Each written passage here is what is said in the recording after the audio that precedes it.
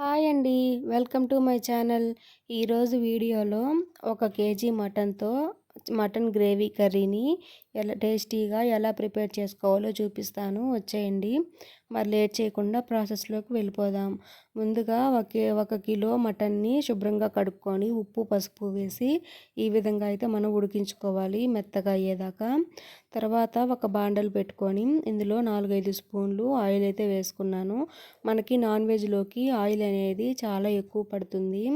తర్వాత oil heat అయిన తర్వాత ఒక 3 లవంగం మొగ్గలు, 2 యాలుక్కాయలు, ఒక చిన్న దాల్చిన చెక్క, ఒక హాఫ్ స్పూను షాజీరా.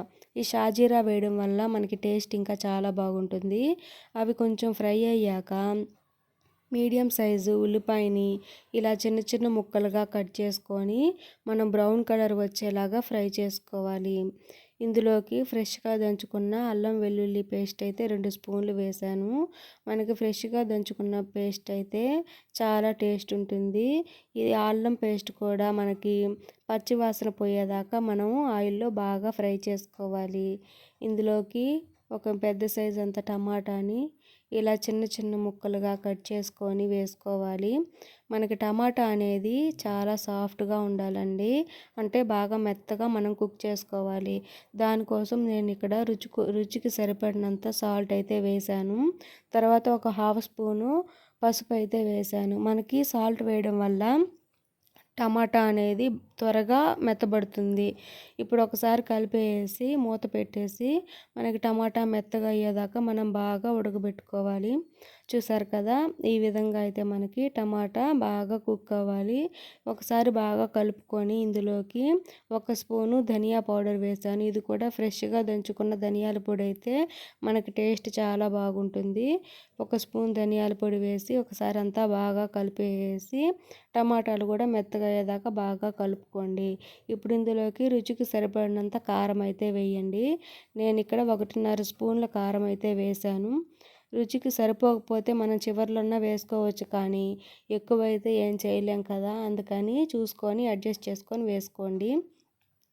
కారం వేశాక మనం లో ఫ్లేమ్లోనే మూత పెట్టేసి ఆయిల్ పైకి తేలేదాకా మనము ఉడికించుకోవాలి. చూసారు కదా, ఈ విధంగా అయితే మనకు ఆయిల్ పైకి తేలిపోయింది. అంటే మసాలా అంతా కూడా మనకు బాగా వేగిపోయింది. ఇప్పుడు మనం ముందుగా ఉడికించుకున్నాం కదా మటన్ ముక్కలు, అవైతే ఇందులో వేసేసేసి ఈ గ్రేవీ మొత్తాన్ని ముక్కలకు పట్టేలాగా బాగా కలుపుకోవాలి. ఒకసారి అంతా బాగా కలిపేశాక మనం గ్రేవీకి తగ్గట్టు ఇందులో వాటర్ అయితే పోసుకుందాము. మీరు ఎంత గ్రేవీ కావాలో దానికి చూసుకొని పోసుకోండి. నేనైతే ఇక్కడ 1 గ్లాస్ వాటర్ అయితే పోసాను. అంతా కలిపేసి మూత పెట్టేసి కొంచెం బాగా మరిగేదాకా మనము ఉడికించుకోవాలి. ఈ స్టేజ్లో ఉన్నప్పుడు ఫైనల్గా ఒక హాఫ్ స్పూను గరం మసాలాను వేసి ఒకసారి అంతా బాగా కలుపుకోవాలి. ఇప్పుడు మూత పెట్టేసి ఈ పులుసు అంతా మనకి చిక్కగా అయ్యేదాకా ఆయిల్ పైకి తేలేదాకా మనం బాగా ఉడికించుకుంటే మనకి మటన్ కర్రీ అయితే రెడీ అయిపోతుంది.